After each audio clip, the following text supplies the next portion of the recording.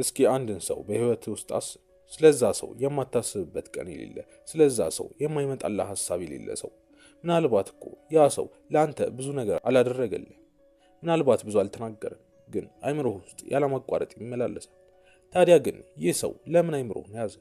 ለምን ሌላ ብዙ ያደረገልህን ሰው ግን በቀላሉ ትረሳዋለህ? ለዚህ መልሱ በምድር ላይ ካሉት እጅግ ጥንታዊ የስነ ልቦና ህጎች ውስጥ አንዱ ውስጥ ተደብቋል። ኒኮሎ ማኪያቬሊ ስለ ስልጣን ሲጽፍ የተረዳው ተመሳሳይ ህግ ዛሬ ግን ወደ አእምሮና ልብ ውስጥ የምንመለሰው ህግ ነው። ማኪያቬሊ አንድ ነገር ተረዳ። ሰዎች የሚናፍቁት ሙሉ ለሙሉ ያገኙትን ነገር አይደለም። ሰዎች የሚናፍቁት ሙሉ ለሙሉ ያልገባቸውን ነገር ነው። ያንን ግማሽ የተከፈተ በር፣ ያንን ያልተመለሰ ጥያቄ፣ ያንን ፈጽሞ ያልተዘጋ ጥላ። ዛሬ ስለ አእምሮአዊ ሱስ ወይም ሜንታል ኦብሰሽን እንነጋገራለን። ይህ እንዴት እንደሚሰራ፣ ለምን አንዳንድ ሰዎች በሌሎች አእምሮ ውስጥ ለዘላለም እንደሚቀመጡ እና ይህንን የጨለማ ስነ ልቦና እንዴት በኃላፊነት ልትረዳውና ልትጠቀምበት እንደምትችል እንመለከታለን። ይህ ቪዲዮ ጥልቅ ነው። እናም እስከ መጨረሻው ከቆየ ስለ ሰው አእምሮ የምታውቀውን ነገር ሁሉ ይቀይራል። ይህንን ካልን እንጀምር። ክፍል 1 አእምሮ ያልተፈታውን ነገር ይወዳል። ዚጋርኒክ ኢፌክት። በ1920ዎቹ ብሉማ ዚጋርኒክ የተባለች የስነ ልቦና ተመራማሪ አንድ ግርምትን የሚያጭር ነገር ታስተውላለች። በአንድ ካፌ ውስጥ ተቀምጣ አስተናጋጆቹ ያልተከፈሉ ትዕዛዞችን ያለምንም ማስታወሻ በትክክል እንደሚያስታውሱ ተመለከተች። ትዕዛዙ ከተከፈለ በኋላ ግን ወዲያው ይረሱታል። ይህም ወደ ትልቅ ግኝት ያመራታል። አእምሮ ያልተጠናቀቀ ነገርን ይጠባበቃል፣ የተጠናቀቀን ነገር ግን ይለቀዋል፣ ይረሷል። ይህንን ወደ ግንኙነት ስናመጣው ካን የተሞላበትን እውነት እናገኛለን። ሙሉ ለሙሉ የታወክ፣ ሙሉ ለሙሉ የተያዝክ፣ የተጨበጥክ ሰው ስትሆን አእምሮ ውስጥ አትቀመጥም። አንድ ምዕራፍ ተዘግቷል ማለት ነው። ግን ትንሽ ሚስጥር ስትይዝ፣ ትንሽ ነገር ተናግረህ ስትተው አእምሮ ያንን ክፍተት ለመሙላት ደጋግሞ ይመላለሳል። ምላስ ወደ ተነቀለ ጥርስ ቦታ እንደሚመለሰው ማለት ነው። ማኪያቬሊ ይህንን በፖለቲካዊ ደረጃ ተረድቶ ነበር። ልዑሉ ሙሉ ለሙሉ ግልጽ ከሆነ ህዝቡ ይሰለቻል፣ ቀጣይ ምን እንደሚያደርግ ስለሚታወቅ። ልዑሉ ግን ትንሽ ሚስጥራዊ ከሆነ፣ ትንሽ ያልተነበበ ከሆነ ህዝቡ ትኩረቱን ፍጽሞ ከሱ ላይ አነሳ። ምክንያቱም ታሪኩ ገና አላለቀ። ክፍል 2 ያልተመጣጠነ ትኩረት ወይም ኢንተርሚተንት ሪንፎርስመንት ጨለማ ኃይል። በ1950ዎቹ ስኪነር የተባለ የስነ ልቦና ተመራማሪ አይጦችን በአንድ ሙከራ ውስጥ አስገቡ። የአንደኛው ቡድን አይጦች ቁልፉን በተጫኑ ቁጥር ምግብ ያገኛሉ፣ ሁልጊዜም በተመጣጠነ መንገድ ነው የሚያገኙት። ሌላኛው ቡድን ግን አንዳንዴ ምግብ ያገኛሉ፣ አንዳንዴ ያገኙ፣ ያለምንም ስርዓት፣ ያለምንም ትንበያ፣ ይህ ነው በማትለው ፓተርን ነው የሚያገኙ። ታዲያ የትኛው ቡድን ቁልፉን ደጋግሞ የተጫነ ይመስላል? ብዙ ሰው ከሚያስበው በተቃራኒ ያልተመጣጠነው ቡድን ነው። ያ ያለ ስርዓት ሽልማት የሚያገኘው ቡድን ቁልፉን መጫን አላቆመም። ለምን?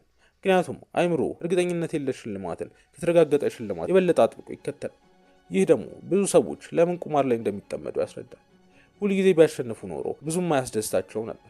ግን አንዳንዴ ብቻ ስለሚያሸንፉ አእምሮ ያንን ያልተጠበቀ ሽልማት ደጋግሞ ይናፍቀዋል። በሰው ግንኙነት ውስጥም ተመሳሳይ ነው። ሁልጊዜም ተመሳሳይ ትኩረት፣ ተመሳሳይ ምላሽ፣ ተመሳሳይ ፍቅር የምትሰጥ ሰው ከሆንክ አእምሮ ይሄ ሰው ሴፍ ነው ብሎ ይለምዳል። ልክ እንደ ቤት ውስጥ መብራት ሁልጊዜ ስላለ ብቻ የማይታይ ትሆናለህ። ነገር ግን ትኩረትህ ትንሽ ቢለያይ፣ አንዳንዴ ሙሉ ትኩረት፣ አንዳንዴ ትንሽ ርቀት ቢሆን አእምሮ ይነቃል፣ ይጠብቃል፣ ይናፍቃል። ታዲያ ግን እዚህ ጋር አንድ አደገኛ ማስጠንቀቂያ አለ። ይህ መርህ ኃይለኛ ነው፣ ግን ደግሞ በጣም አደገኛ መሳሪያ ነው። ሆን ተብሎ ሰውን ግራ ለማጋባት፣ ለመጉዳት ወይም ጤናማ ያልሆነ ጥገኝነትን ለመፍጠር ጥቅም ላይ ከዋለ ወደ ጉዳት ያመራል፣ ራስንም ሌላውንም።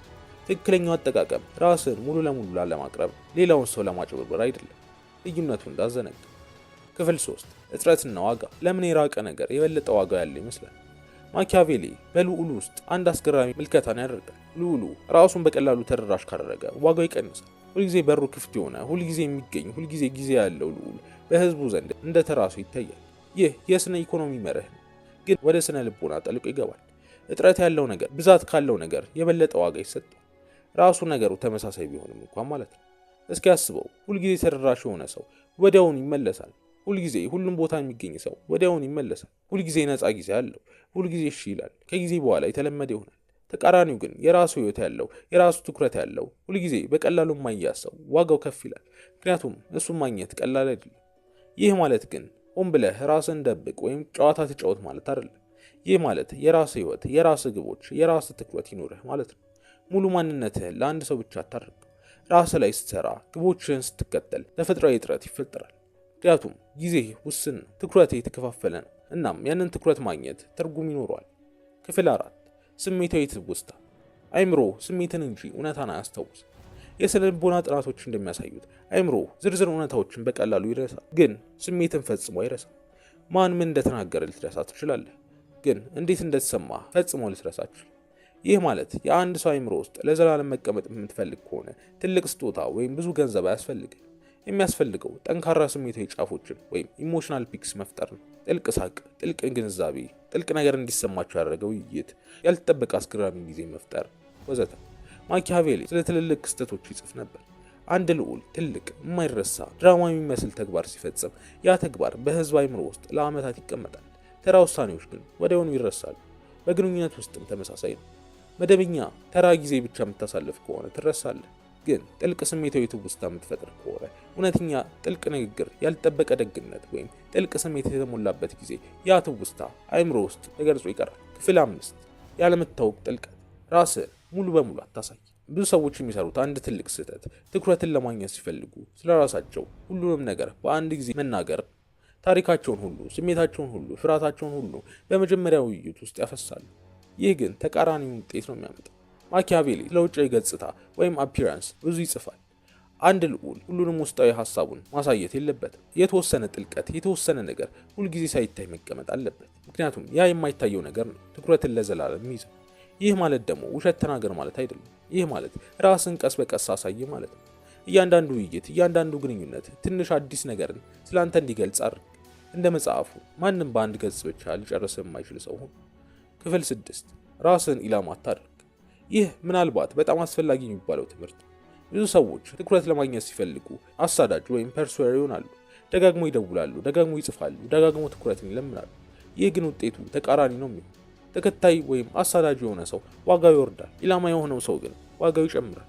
ማኪያቬሊ ራሱ ይህንን በጦርነት ስልት ውስጥ ተጠቅሞታል። አሳዳጅ ሰራዊት ሁልጊዜ ደካማ ነው፣ ምክንያቱም ኃይሉን በማሳደድ ላይ ያበካል። የሚጠብቅ የራሱን ቦታ የያዘ ኃይል ግን ተቃራኒው ወገን ወደ እሱ እንዲመጣ ያስገድዷል። ወደ ግንኙነት ስንመልሰው ማሳደድ ማቆም አለብህ። የራስን ህይወት ገንባ። የራስን ደስታ ከራስ ውስጥ አግኝ። ይህን ስታደርግ ኃይል ይቀየራል። አንተ ከምትከታተለው ይልቅ እሱ የሚከተል ይሆናል። ክፍል 7 ማስጠንቀቂያ። ይህ ኃይል ኃላፊነትን ይጠይቃል። ይህንን ቪዲዮ ከመዝጋቴ በፊት አንድ ግልጽ ማስጠንቀቂያ መስጠት አለብን። እነዚህ መርሆች ኃይለኛ ናቸው፣ ግን ኃይል በራሱ ገለልተኛ ነው። ጥሩም መጥፎም ሊሆን ይችላል። እንዴት እንደምትጠቀምበት ይወስነዋል። እነዚህ መርሆች ተጠቅመህ ሌላውን ሆን ብለህ ለማታለል፣ ለመግዳት ወይም ጤናማ ያልሆነ ግንኙነት ውስጥ ለማስገባት ከተጠቀምክ ያ ማጭበርበር ወይም ማኒፑሌሽን ነው። ተጽዕኖ አይደለም። ማኒፑሌሽኑ ሁልጊዜ መጨረሻ ላይ ይፈርሳል። ምክንያቱም በውሸት ላይ የተገነባ ማንኛውም ነገር ዘላቂ አይደለም። እውነተኛው ኃይል ራስህን ማጎልበት ላይ ነው። የራስህን ህይወት ስትገነባ፣ የራስህን ደስታ ከውስጥህ ስታገኝ፣ ራስህን ሳታጣጥፍ፣ ድንበር ስታኖር፣ በተፈጥሮ ያለምንም ማጭበርበር፣ ያለምንም ማኒፑሌሽን ሰዎች ወደ አንተ ይሳባሉ። ምክንያቱም እውነተኛ ማራኪነት ከውስጥ ጥንካሬ የሚመጣ ነው እንጂ ከውጭ ዘዴ አይደለም። ታዲያ ዛሬ የተማርናቸውን ስናጠቃልል፣ አንደኛ ስለ ራስህ ሁሉንም ነገር አትግለጽ። ሁለተኛ ትኩረትህ ሁልጊዜም ተመሳሳይ አይሁን። ሶስተኛ የራስህን ህይወት ገንባ። አራተኛ ጥልቅ ስሜታዊ ትውስታን ፍጠር። አምስተኛ ራስህን ቀስ በቀስ አሳይ። ስድስተኛ ማሳደድህን አቁም። ሰባተኛ ይህንን ኃይል በኃላፊነት ተጠቀም። እውነተኛ ኦብሰሽን ወይም ሱስ በዘዴ የተፈጠረ አይደለም። እውነተኛ ሱስ የሚመጣው ሙሉ በሙሉ ራስህን ስትሆን፣ ሙሉ ህይወትን ስትገነባ፣ እናም ከማንም በፊት ራስህን ስትወድ። ማኪያቬሊ ያስተማረን ዘዴ ብቻ አይደለም፣ ራስን ማወቅ ነው። ራስን የምታውቅ ሰው፣ ራስን የምታከብር ሰው ስትሆን በተፈጥሮ ማራኪ ትሆናለህ። ይህን ቪዲዮ ጠቃሚ ሆኖ ካገኘው ላይክ አድርግ፣ ሰብስክራይብ አድርግ፣ እናም በኮሜንት ውስጥ ንገር። ከሰባቱ መርሆች የትኛው ነው ለአንተ አዲስ ነገርን ያስተማረ? በሚቀጥለው ቪዲዮ እንገናኝ። ሰላም።